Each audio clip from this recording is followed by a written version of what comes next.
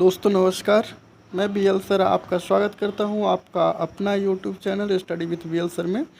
दोस्तों आज हम बात करेंगे मध्य प्रदेश में जो हायर एजुकेशन गेस्ट फैकल्टी में वैकेंसी आती है या आप जीबीएस के माध्यम से ही जो है एमपी में वैकेंसी आती है।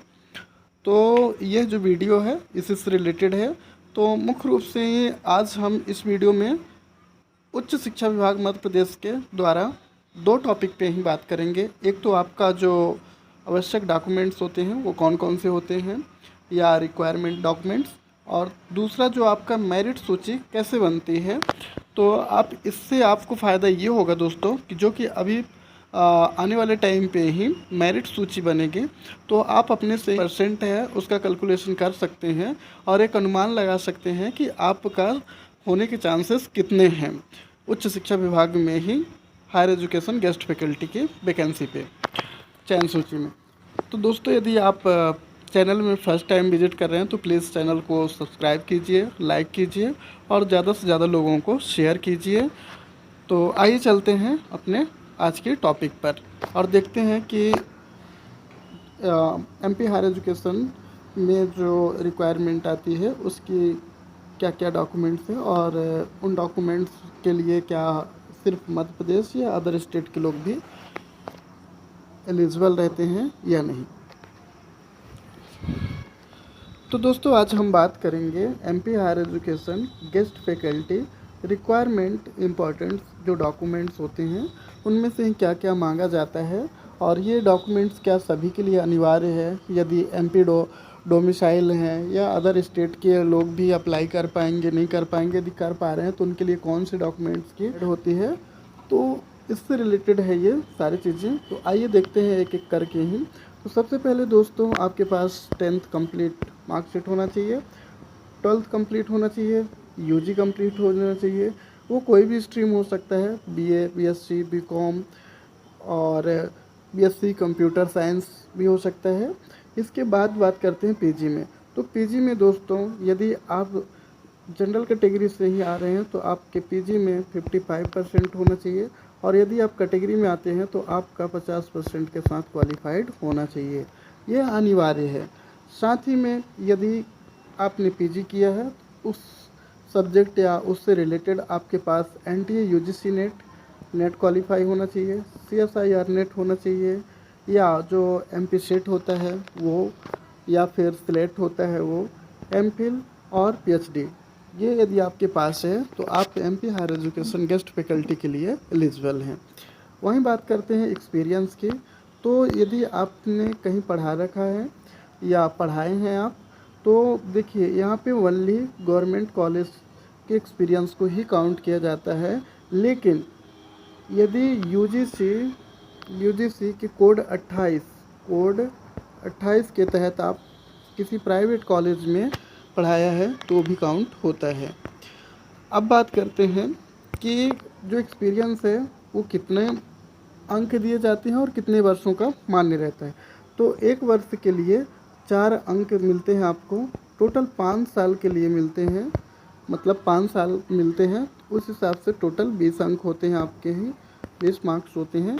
तो आपका जो अधिकतम आपको अंक मिलेंगे एक्सपीरियंस के वो 20 अंक है और मिनिमम जो होता है आपका 4 अंक है।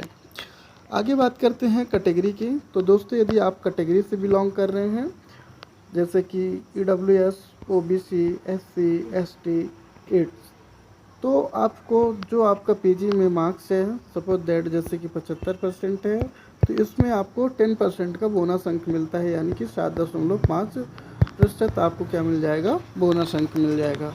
इसके बाद आपको कास्ट सर्टिफिकेट लगाना है, यानी कि कास्ट सर्टिफिकेट आपका होना अनिवार्य है यदि आप कैटेगरी में आ रहे हैं तो।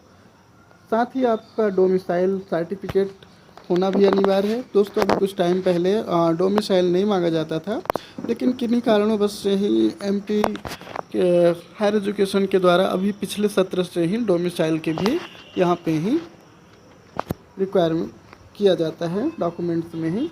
साथ ही आधार कार्ड आपके पास होना चाहिए और आधार कार्ड के साथ साथ आपके पास आधार कार्ड इसलिए दोस्तों कि इसमें परमानेंट एड्रेस जो दिया रहता है तो कई बार इससे मिलान करते हैं वो। और इसके बाद है आपका पासपोर्ट साइज़ का फ़ोटो। अब ये 2 फ़ोटो क्यों चाहिए होता है, तो जब भी आप अपना जो डॉक्यूमेंट्स अपलोड करते हैं और फिर लीड कॉलेज जा कर के वेरिफिकेशन कराते हैं, तो 2 सेट में बनाना होता है दोस्तों, जिसमें से ही एक सेट में ही ओसी ले लेते हैं और एक सेट आपके पास रहता है, एक सेट उनके पास जमा करना होता है। एक आपके पास एक ईमेल आईडी भी होना चाहिए, मोबाइल नंबर होना चाहिए, और मोबाइल नंबर यदि आपके पास 2 हैं तो और अच्छा है। एक आप अल्टरनेट नंबर के रूप में ही अपना मोबाइल नंबर दर्ज कर सकते हैं। होता ये है दोस्तों कि कभी काल आपका मोबाइल गुम जाता है किसी कारणों से ही और आपको नहीं पता रहता है, तो उससे ये होता है कि जो आपके पास सेकंड नंबर रहेगा उससे आप अपना यूज़र आईडी और पासवर्ड भी उस नंबर से ही एसएमएस के माध्यम से प्राप्त कर सकते हैं। तो दोस्तों ये था आपका टोटल डॉक्यूमेंट्स। और आगे बात करते हैं कि जो मेरिट सूची बनती है वो कैसे बनाई जाती है। तो दोस्तों हमारा जो अगला पॉइंट है वो ये है कि मेरिट सूची कैसे तैयार की जाती है। जैसे कि आप यहाँ पे देख पा रहे हैं, तो मेरिट सूची कैसे तैयार की जाती है। एक बात मैं यहाँ पे क्लियर करना चाहूँगा कि कुछ टाइम पहले मध्य प्रदेश सरकार के द्वारा उच्च शिक्षा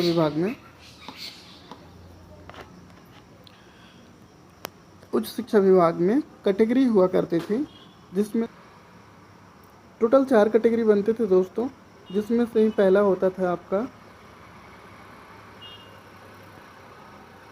पीएचडी के साथ क्या होता था, पीएचडी के साथ नेट या सेट हो, पीएचडी के साथ आपका नेट या सेट होना अनिवार्य था। दूसरा जो कैटेगरी बनता था वो बनता था इन 3 में से ही कोई एक होना चाहिए, यानी पीएचडी हो या नेट हो या सेट हो। आपके पास पीएचडी हो, नेट हो, सेट हो। तीसरा जो बनता था दोस्तों वो एमफिल कैटेगरी का बनता था, एमफिल का। और जो चौथा कैटेगरी बनता था वो केवल पीजी का बनता था। क्या बनता था, टोटल पीजी का। लेकिन वर्तमान में जो है ये सारे कैटेगरी को हटा करके ही केवल एक कैटेगरी बनाया गया है, और वो है आपका PhD oblique net oblique set.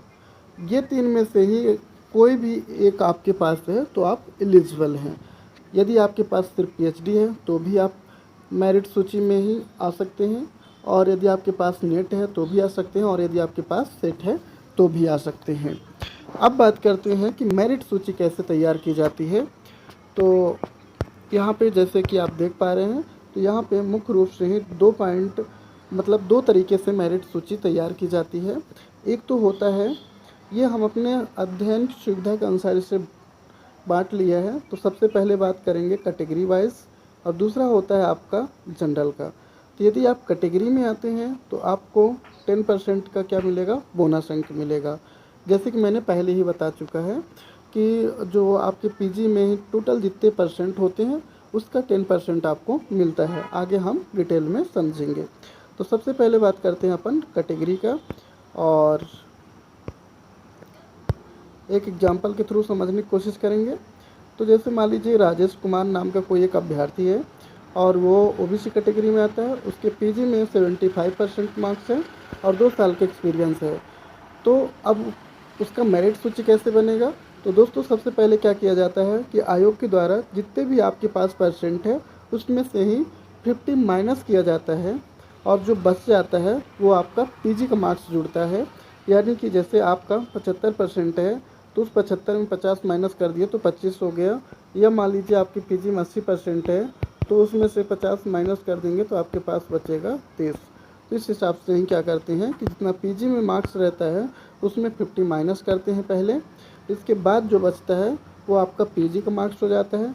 इसके बाद आप बात करते हैं कैटेगरी की। तो यदि आप कैटेगरी से बिलोंग करते हैं तो जितने आपकी पीजी में परसेंट है उसका 10% यानी कि 7.5 ये हो गया। और दूसरा है एक्सपीरियंस।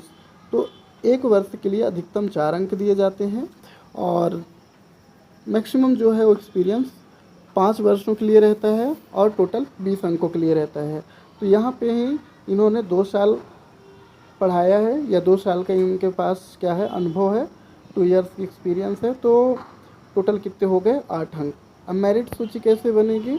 तो सबसे पहले बनती है कि मेरिट यानी कि पीजी होना चाहिए, फिर कैटेगरी से या तो कैटेगरी आएगा और यदि आप एक्सपीरियंस है तो एक्सपीरियंस आएगा।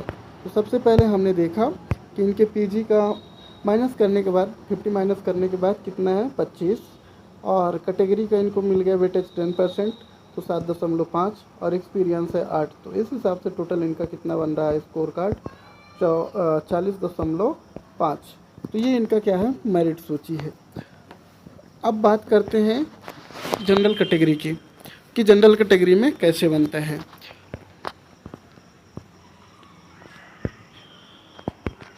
तो जनरल कैटेगरी को भी अपन समझते हैं। मान लीजिए कि रमेश नाम का कोई अभ्यर्थी है और ये क्या बोलते हैं जनरल कैटेगरी में आता है, पीजी में इनके 80% है और इनके पास भी 2 साल का अनुभव है। तो सबसे पहले 50 माइनस करेंगे 80 में से, कितना बचा 30। तब इनका मेरिट कैसे बनेगी? तो पीजी प्लस एक्सपीरियंस यानी 30 और 8 टोटल 38। तो इनका जो मेरिट सूची बनेगी वो 38% का बनेगा। इसी के आधार पर चयन होता है। अब दोस्तों मैं आपको लिए चलता हूँ मध्य प्रदेश के हायर एजुकेशन जो साइड है मेरिट सूची जो जारी करती है उसमें, और आपको दिखाता हूँ कि कैसे बनता है जो अभी आपने समझा है।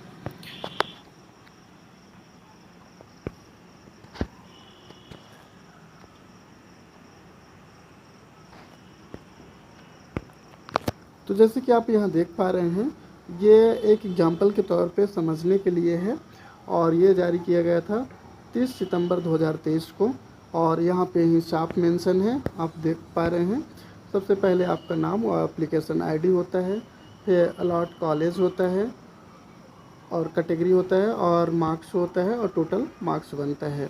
तो यहाँ पे देखिए ध्यान से कि यदि पीजी प्लस कैटेगरी और एक्सपीरियंस और टोटल हो जाता है तो इस हिसाब से देखेंगे कि ये अमित कुमार सिंह चौहान है और ये जनरल कैटेगरी से आते हैं।